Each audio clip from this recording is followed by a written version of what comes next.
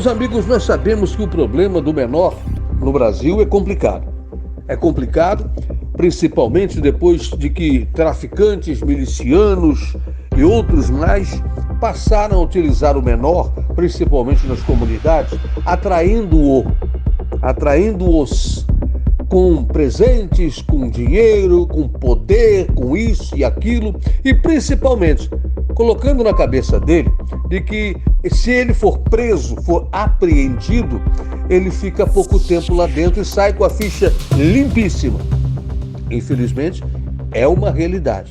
Isso é uma realidade na lei. Então, o que está acontecendo? Estou citando isso, PC, porque o deputado federal, doutor Vitor, do Podemos do Espírito Santo, tá certo?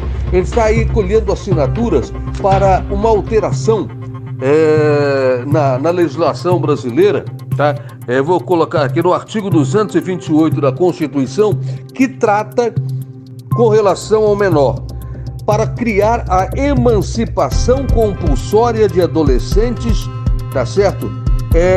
Que cometerem ato infracional análogo a crime doloso contra a vida, ou seja, o adolescente, tá certo? O menor que cometer um assassinato, que cometer um ato doloso, um ato gravíssimo contra a vida.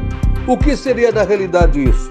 Seria o seguinte, eu estive lendo aí o projeto dele, que ele está criando, tentando colher essas assinaturas, e são precisas 171 assinaturas para que haja essa votação para a mudança, tá certo? A emenda no artigo 228 da Constituição Brasileira. O seguinte, o menor, o adolescente assaltou, matou, ele vai em cana, tá certo? Ele vai ser emancipado, ele vai para uma instituição de menor e quando ele completar 18 anos, ele completa a pena dele na instituição de adultos. E não vai sair com a fichinha limpinha mais não. Eu acho importante isso e eu acredito que depois das discussões, embora muita gente fale, olha, mas isso é um absurdo, vão tratar a criança pobrezinha, o anjinho como marginal. Gente, é por isso que hoje você vê um número absurdo de crianças e adolescentes com 11, 12 anos assaltando, furtando, roubando, matando, porque sabe que entra numa porta, sai pela outra. Não dá nem tempo do policial terminar de fazer a ocorrência, este anjinho já está no meio da rua, matando, furtando, roubando tudo de novo. Então eu acho importante essa emenda à Constituição do deputado federal, doutor Vitor, do Podemos do Espírito Santo, porque aí pode dar um freio neste absurdo que é o número de crianças e adolescentes envolvidas com a marginalidade. Porque sabe que se for em cana, vai ser emancipado, vai cumprir a pena de 15, 20 anos lá dentro, tá certo? E quando completar a maioridade, vai continuar completando todo o tempo de cadeia e não vai ter a ficha limpa. Porque aí talvez possamos ter uma redução do número de crianças e menores no meio da marginalidade. Mas isso também depende do sistema educacional do Brasil. Porque tem dinheiro para tudo, PC.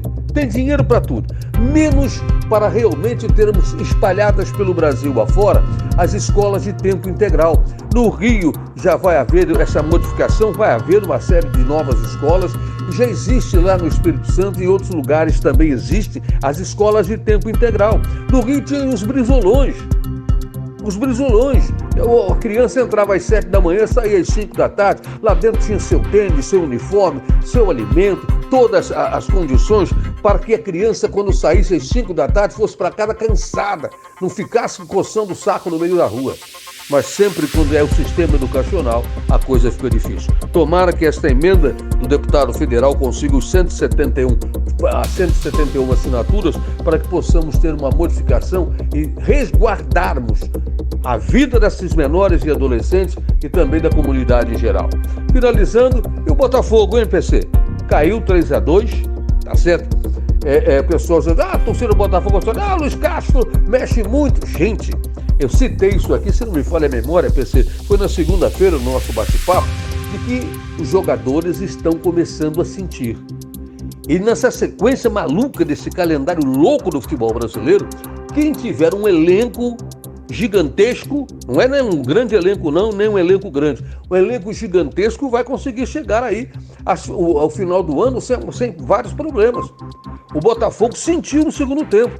E o Luiz Castro, tá certo? Ele começa a fazer modificações porque os jogadores começam a sentir. E o Botafogo já volta em campo agora com um clássico, no sábado. Que loucura! É jogo de 3 em 3 dias. Jogador de futebol tem todo aí o conforto, tem, ótimo, maravilhoso, mas não é máquina. É um ser humano, é um corpo que tem músculos que sentem.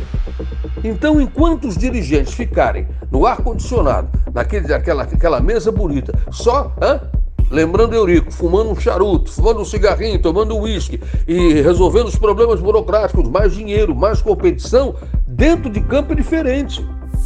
O Botafogo sentiu no segundo tempo. O Luiz Castro teve que fazer modificações e levou a virada aí do Atlético do Paraná. A realidade é que é lamentável, não somente para o Botafogo, para o futebol carioca, mas é lamentável este calendário maluco que vai aos poucos destruindo boa parte dos grandes jogadores do futebol brasileiro. É minha opinião.